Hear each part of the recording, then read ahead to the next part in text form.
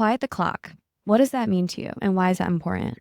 Oof. Well, I think it applies to so many things. I think in life we put so much pressure on ourselves and these societal timelines of like when we're supposed to, what we're supposed to accomplish and by when. And really, I lived it personally. I saw the pressure of timelines really impact my clients in my work as a therapist. And it gets very heavy if we're kind of like working against this clock or working against this idea that things have to happen at a certain time. So I think there's so much power in quieting that clock. I think there's so much power in the ability to enjoy ourselves more fully if we're not feeling like we're running out of time, we're wasting time, we're behind. These are all narratives that I've heard and said to myself and heard in my work as a therapist. And, obviously it's the title of my podcast. And I just think we need to take the pressure off ourselves. We really need to take the pressure off these timelines because it's not serving us in any way. Most times it's making us feel really bad. I couldn't agree more. And before we started recording, we were just talking about this idea of comparison. And comparison, I think, is the biggest thing that leads us to feel like we're falling behind, right? Because what we're doing is we're looking at all the success that these other people have achieved, and oh, they're doing that thing, and oh, they followed that timeline, like maybe I should do that. There's a million different things and people we can compare ourselves to. And partially, I think that's a good thing because it keeps us motivated and we can have role models and learn from people. But I think, like you said, it primarily is a negative impact on our lives because what it's doing is it's just making us feel worse about where we're at and what we're doing rather than just feeling proud of the progress and the stage that we're in and having respect and acceptance and appreciation for that. Yeah, I love what you said too. I think with a lot of things, there's two sides to things. Like while comparison can be a good thing, it can be motivating.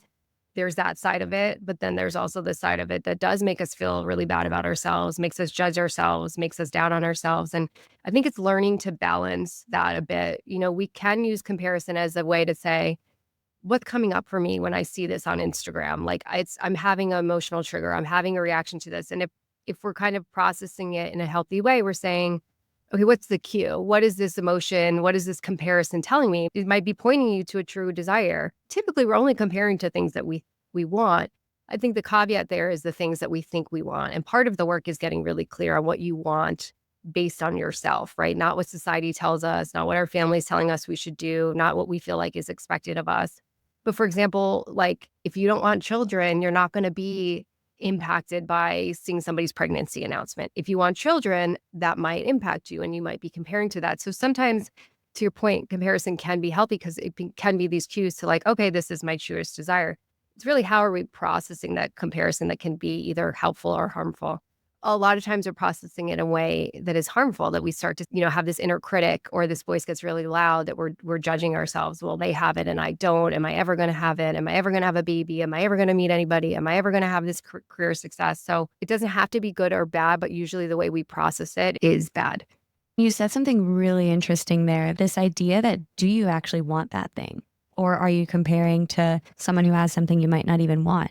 Mm-hmm. How can we distinguish whether we actually do want that thing versus seeing something that might be a false desire, something that isn't really aligned, but we see them have it and suddenly like we want it, like our eyes light up? Yeah, I think there's work, I think there's a lot of like unraveling to do, distangling to do, that we have a lot of, there's a lot of what my podcast, Quiet the Clock, is about is like, we have longstanding narratives that have been ingrained in us of like, this is the blueprint, this is the way that it looks. And that's, passed down generationally. And it's amazing to have podcasts like yours and platforms where like we can start dismantling these things. But part of the work first is rewiring, because it's really ingrained that it's like this linear path, right? It's like this one size fits all blueprint of like college, job, marriage, family. And I think just now we're starting to see and starting to celebrate other timelines, other paths, that it doesn't have to be that. There are many blueprints. And so first, I think it's a little rewiring that has to happen and a little bit more work to normalize other paths. And then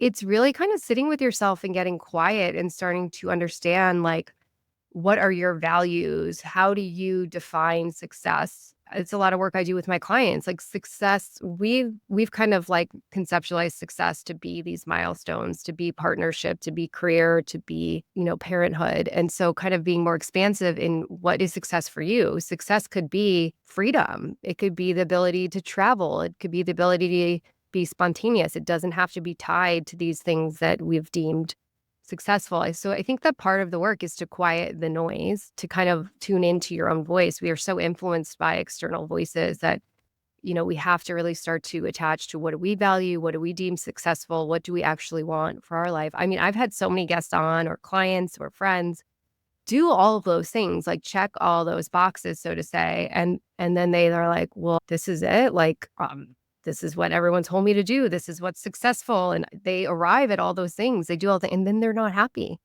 So yeah, I think it's really helpful to have these type of conversations because we're encouraging more people to take time to think about what they actually want and not move blindly through life, checking the boxes we're told to check. Absolutely. And like you said, questioning what it is that we're actually valuing, like what it is that we're prioritizing every day to ask, is that the life I want to be living? I very much experienced that recently. I actually put in my notice at my full-time job. I'm working at a hedge fund. And the reason being is, as I was saying to you in the beginning, I was just going through a really hard winter. I've just been unhappy in that job for a while now. And the reason I was scared to leave was because it was a quote unquote, like, successful company, like a good name on your resume, like a good safety net. You don't want to leave that Mhm. financial security. But then I paused and I took a step back and I thought to myself, if we're supposed to have a stable career and stable finances in order to provide for a lifestyle that makes us happy, and I'm actually very unhappy in that job, why am I doing it? Like, why Mhm. am I staying in that situation that's supposed to be making my life better if it's only making my life worse, if that Yeah, makes and sense? I think that's like an incredible process that you went through. There can be so many fear narratives that show up that tell us to stay, it's stable, it's secure. And so there's this internal conflict that's happening because in our body, we know like this can't be it. I'm not happy. You probably have had experiences going to work where maybe there's anxiety. The other thing is how do we determine what we want? Like your body is going to tell you. And a Mhm. lot of times, like there's so much noise and distraction that we're not listening to what our body's trying to say. But for people listening, if you're in a similar situation as you were in and now are getting yourself out of, you could probably tell if you're tuning into your body, like, how do you feel when you walk in the office? How do you feel on a Sunday when you know you're starting your work week? Our body is going to tell us those things. And again, it's dismantling these longstanding narratives of security is the set paycheck every 2 weeks. I, for example, had a client, we did a lot of work. She had an incredible corporate job, and she really had a desire to go out on her own and be able to be more creative. And we took a lot of time to redefine, reconceptualize what is success, what is security, right? And not tying security to finances was really important for her to be able to take this leap. So the process you did is great. Getting curious is like, but why? I'm not happy. And oftentimes time moves so fast. I don't think we're taking the time to do it, but tuning into yourself is so important and deciding what you want for your life. Like, that's not to say like a hedge fund job doesn't make someone happy. It might, and good for you, but it's really so personalized to like what is fulfilling for to say your podcast name, what is fulfilling for your life. Yeah, and that's a big reason I started the podcast, right? Because I don't think enough of us are questioning our lives and asking, is this something that I value? Is this something that's making me happy? Is this something I need to be doing or I've been telling myself I should be doing this whole time? Because I Yeah. think there's a big difference. And I personally feel like I was living by this should narrative and still do. I'm still victim to it a lot of the time for so long without questioning it. And that's why I like to get very real and open in these conversations because we need to constantly question our lives if we want to optimize our lives, right? Mhm, Like if we just mhm. continue to follow the same path that we started at age 22 when we graduated college, not considering that we're constantly changing and we have to evolve and grow and question our lives as it continually changes. And I think the more open we are to those changes and the more we're open to trial and error and potential quote unquote failures and allowing that to redirect you, the closer we're going to get to a life that does feel more fulfilling. Yeah, I'm a huge fan of trial and error. It's how I live my life. I think it's one of the biggest ways to learn and to grow. And For my own personal story, that's kind of how I came to be a therapist. I had no clue. I was like the traditional blueprint, like went to college. I moved to Europe for a year. That was a little off the beaten path, but then came back and was working in finance, and I had no clue what I wanted to do. I knew more what I didn't want to do, and I had to keep trying different things until I found it. I do want to validate and say, it takes courage to do it. It takes courage to go, especially at the time that I was doing it. I think we're, again, having more conversations, normalizing and encouraging fulfilling paths. But, it takes courage to step off the blueprint and step off the path. And even when you do kind of have the courage to do it, you're going to have people judging that and kind of understanding that's probably has nothing to do with you. It's other people's projections or maybe envy that you're not falling victim to a blueprint that doesn't fit you. So it does take courage to do it. But yeah, I agree with you. I'm all about trial and error. I feel like it's such a good way to learn kind of more about what is fulfilling for you, what you value. I have so many clients saying, well, I don't know what I want to do. And they stay so stuck in that, I just don't know. And I'm like, all right, well, we've got to tap into some things. We got to try some things. We got to gain more information.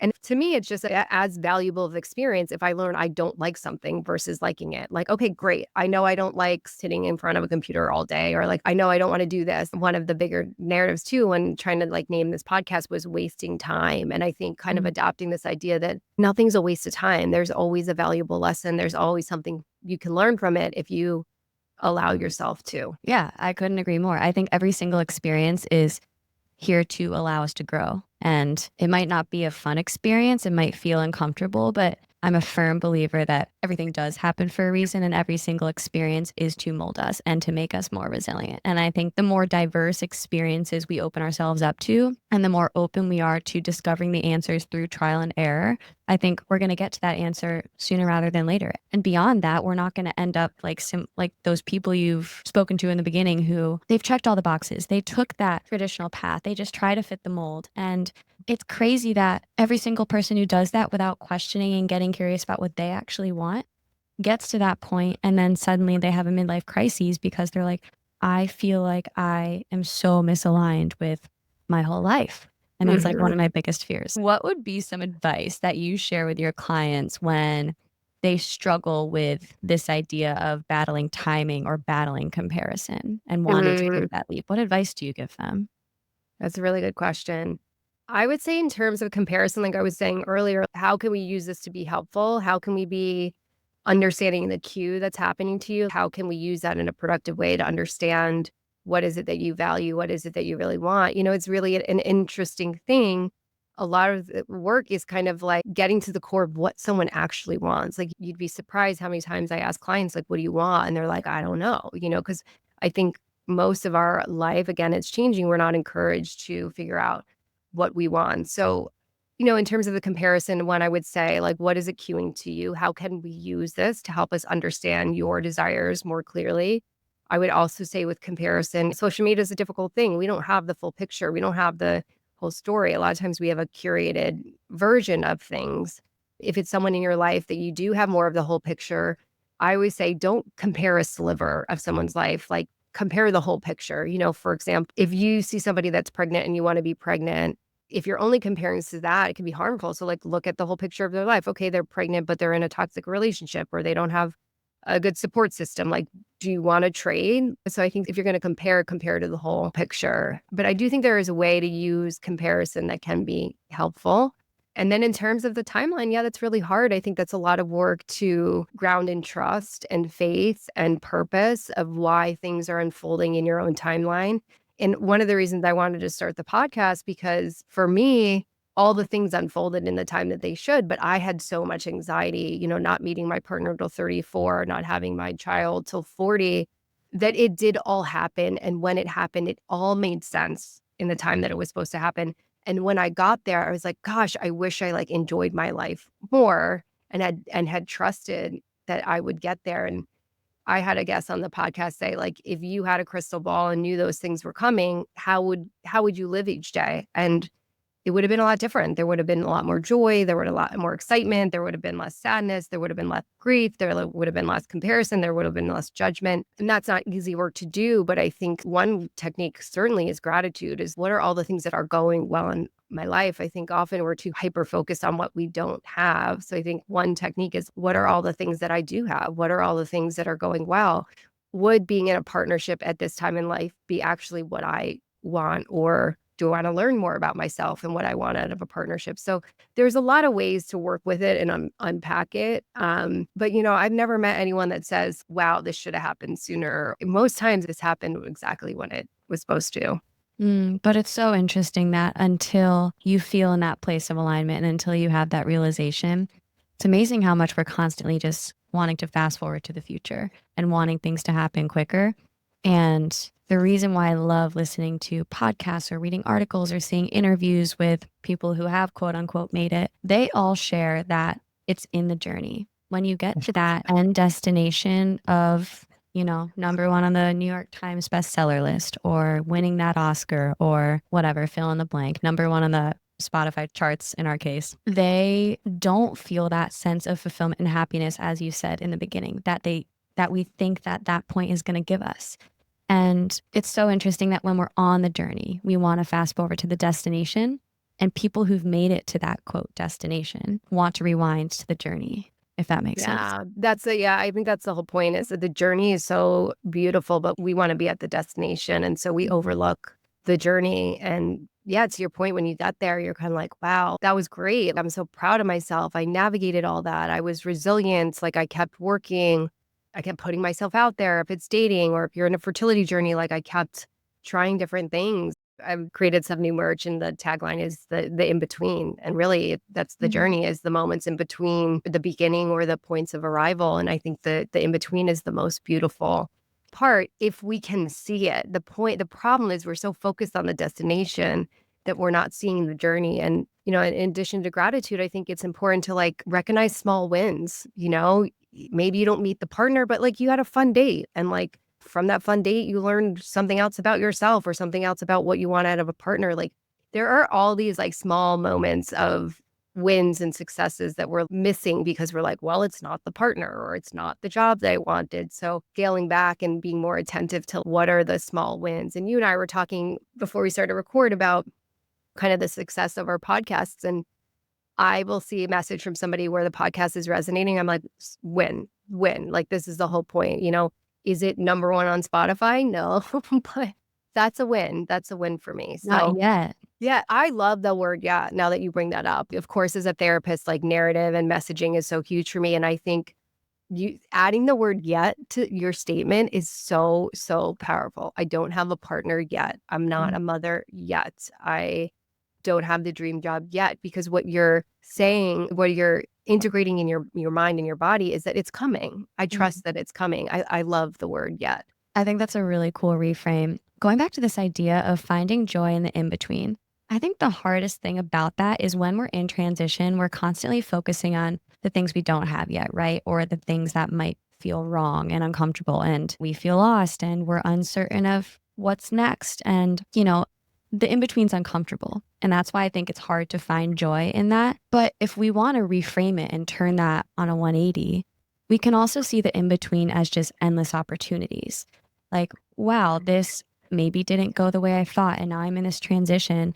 But instead of feeling overwhelmed by the uncertainty, one thing I'm trying to do is see the uncertainty as endless opportunities. Oh, yeah. Yeah, as exciting as Yeah. curious, wow, what's to come? What's around the corner?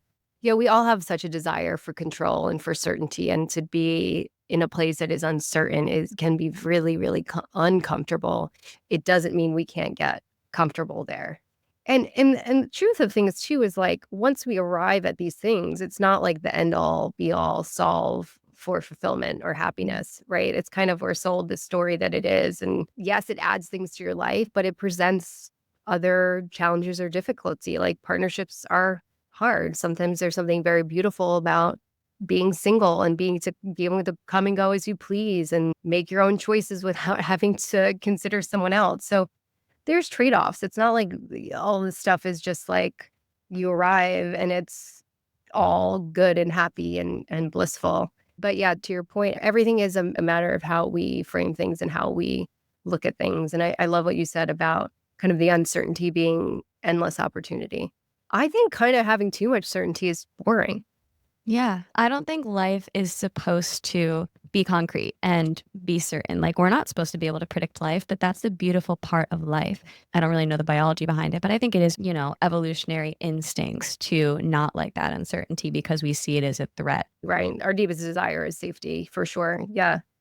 But is safety fulfilling? Is safety going to make you happy? Like, again, going back to that corporate job that I took the leap from recently, like, sure, it was a safe option to just stay and have a stable paycheck, but I was literally so miserable. Like, is that safety worth it? Or is stepping into the unknown and the uncertainty going to result in a life that makes me just a lot happier and one that I actually want to be living? And I think we really need to question that safe and comfortable option and start to just get comfortable in the uncertainty and the uncomfortable times. Yeah, I think for everybody, safety is different. And this is kind of the work is creating constructs around these terms that are so personal and authentic to you, right? For somebody, safety might be the steady paycheck every 2 weeks. If that is truly their definition of safety, a corporate job is perfect for them.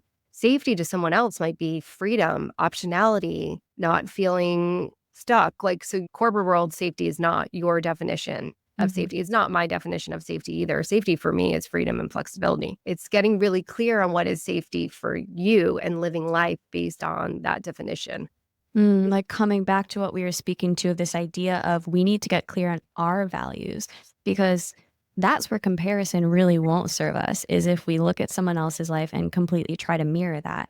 Because the truth is, we're all our own unique beings, right? We all have a unique set of values, a unique set of DNA, a unique set of desires, and a unique purpose that we're meant to fulfill. I think that's where comparison really is difficult, because there's this one side of us that wants to fit in, but then there's this other side of us that wants to fulfill our own purpose and live a life in alignment with our own values. But again, I think that takes a lot of courage to break away and lean into Mhm. that uncertainty and discomfort. Yeah. And I think we're still evolving. I think people are still uncomfortable with people going off the blueprint, and whether that's like projection or envy or like being unfamiliar with something different. There's a lot of judgment, and that's a real thing. And that's why it makes it hard to kind of sometimes go off the beaten path, because people don't really understand it.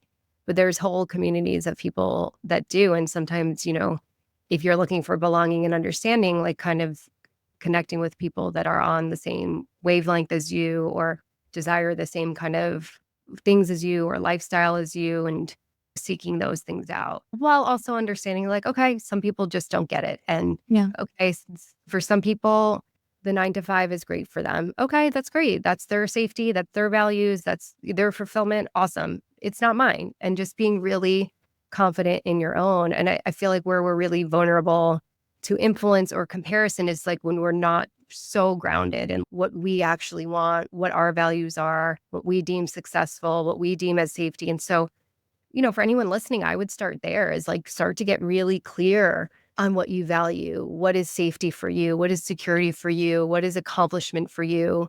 And when you're so clear in that, you're really going to be less influenced by other people or what other people are doing. You might be like, oh, cool, she's pregnant. Oh, cool, she got that job. Awesome for her. Like, I'm still on my path.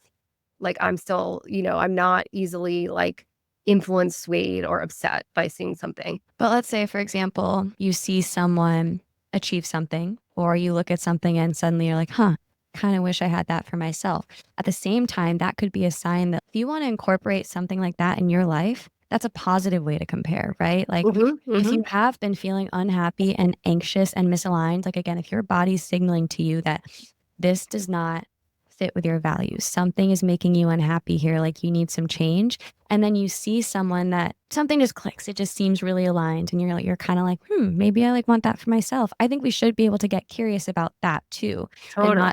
not forego everything that we see that lights us up in some way. Sometimes a lot of the time I'll ask God and the universe for answers. Like, I trust fully that I'm being guided, and I think often answers come through other people at times. Yeah. But again, I have to like let it marinate in my body and kind of see how it feels when I like give it some thought, because I think part of us wants to quickly just latch on to things when we're coming from a low point.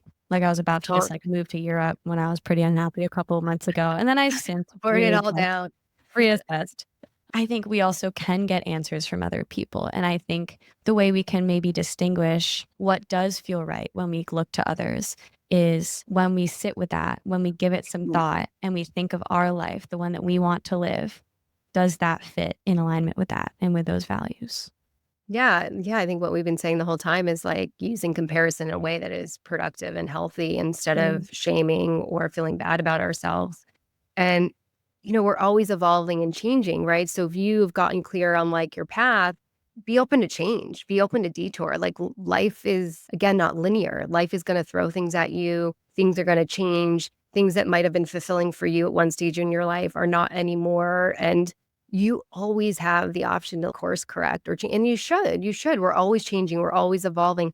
But the idea is just stay connected to where you are, stay connected to what's important to you in that moment. Again, it's going to change, right? Like at one point in my life, I wanted to be out in the club till 4 in the morning. Like I mhm, can't stay up past 9, like it's like that's a silly example, but having some flexibility in your vision too, right? I've had clients like, work so hard for this dream job and then get the dream job and they're like, it's not really the dream job anymore, but there's this guilt in, I put all this time and work and effort into it. Like, I can't leave this now. Give yourself flexibility, give yourself openness, give yourself optionality and choice always. That's really interesting that you bring that up. I think when it comes to career and living in a certain city or a certain person that we want to be in a relationship with, I think it's easy to put those things on a pedestal before really seeing if it's a good fit. As I was saying earlier, I'm considering making a move from New York, and deciding what city to move to is a huge decision. And I'm going to go spend like a week in a couple places to kind of Cool. figure it out and give it some real thought.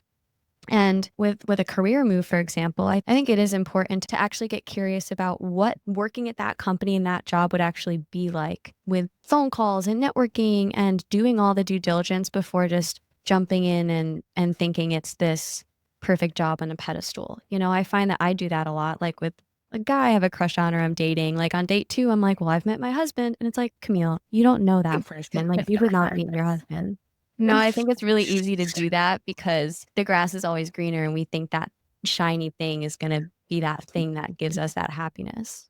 Yeah, I think we're prone and we're human and it's very normal to idealize things, whether it's a person or a job. But that's where it's really important, like you said, to get curious, to question, okay, why do I want that job? Or like, who is Mhm. this person really? Often we don't give ourselves that time and that space to really process, to get curious, to ask questions. But for sure, we're all like prone to idealize things. So we have to be really careful with that. So I do have one more question that's totally not related to what we've been talking about, but I just love this when I saw it in your content. This idea of asking someone, "How are you?" Why is this maybe not the best question to ask? I want your take on this. I've really been thinking about that a lot lately. And I think collectively, you and I were talking about this before we started recording, like 2020, 2024 and 2025 have been really hard for a lot of people. And if we're being really authentic and honest, we're not okay. And if I start to be really authentic and honest with myself, like I am not okay. And from an outside perspective, it could look like I'm okay, like life is great, I have all these things, but I have been really struggling with this secondary infertility journey. And it's almost this very knee-jerk, like reactionary response when somebody's like, "How are you?" And you're like, "I'm good." And then I just got more in tune and aware with what I'm saying, and I'm like, "I'm not good. Like, Mhm. I'm really not good." And I had a really close friend of mine, she's been going through a hard time too, she just lost her mother, ask me, "How are you?" Oh, no, she didn't say that. She's like, "I'm not gonna ask how you are because I know the answer." And it's just like sending love and checking in. And I think there's something really problematic that happens when we answer in a way that's inauthentic. It becomes like really this misalignment with self, dismissiveness of self, abandonment of self, not validating our actual emotions. So, yeah, I've been thinking about that a lot lately. Like, what would it be like to answer more honestly? And everything we've been talking about today is getting connected to our most authentic self, our values, and like thinking about how that small exchange is the opposite of that. It's so disconnected. It's so invalidating. And it's different, right? It's kind of like the societal norm exchange, right? So like you grabbing a coffee and the barista's like, how are you? You might not be like, well, actually, 2024 and 2025 has been shit. But if it's a good friend, you might think about being more authentic. Like, this year's been really hard. Like, we've had a lot going on. We've been navigating a lot of things. I think just thinking about at the core of everything, getting more honest and authentic with yourself and those around you. 100%. I love that so much. And it's so true. When we respond and say, I'm good, and we feel like shit, we're having a horrible day, I feel like what it does is it isolates us in a way. We're cutting ourselves off from that potential connection by being honest with that person, Totally. if that makes Yes. sense. Yes. And as you mentioned, these past few months, I actually have practiced being a lot more authentic with how I'm actually doing and how I'm actually feeling with, again, not like baristas, but like people that I'm actually like connected with and care about on that more intimate level. And I'll be like, honestly, I've just been going through a really hard time. Like this winter has just hit me hard, whatever.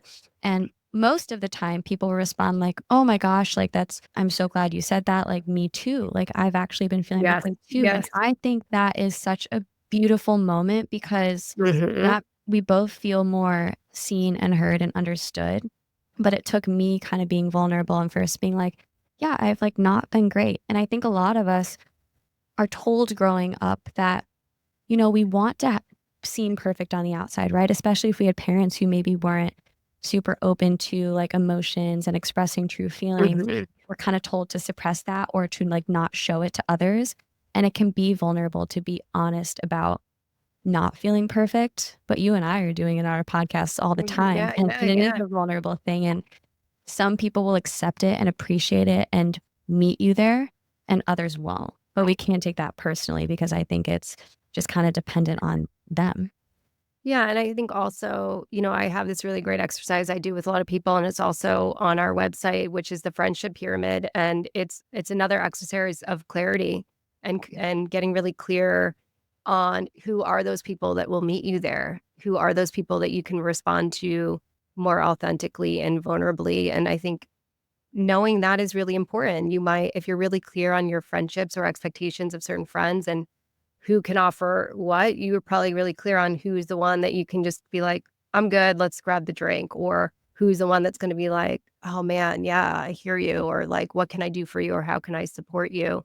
So yeah, I think everything comes down to like, let's start to get clear on things, start to get, aware of who's who in your life, what's what for you in terms of values and fulfillment. I think asking, like you keep saying, like which I love, is like ask yourself those questions. And what I love how you explain that exchange, that often happens a lot.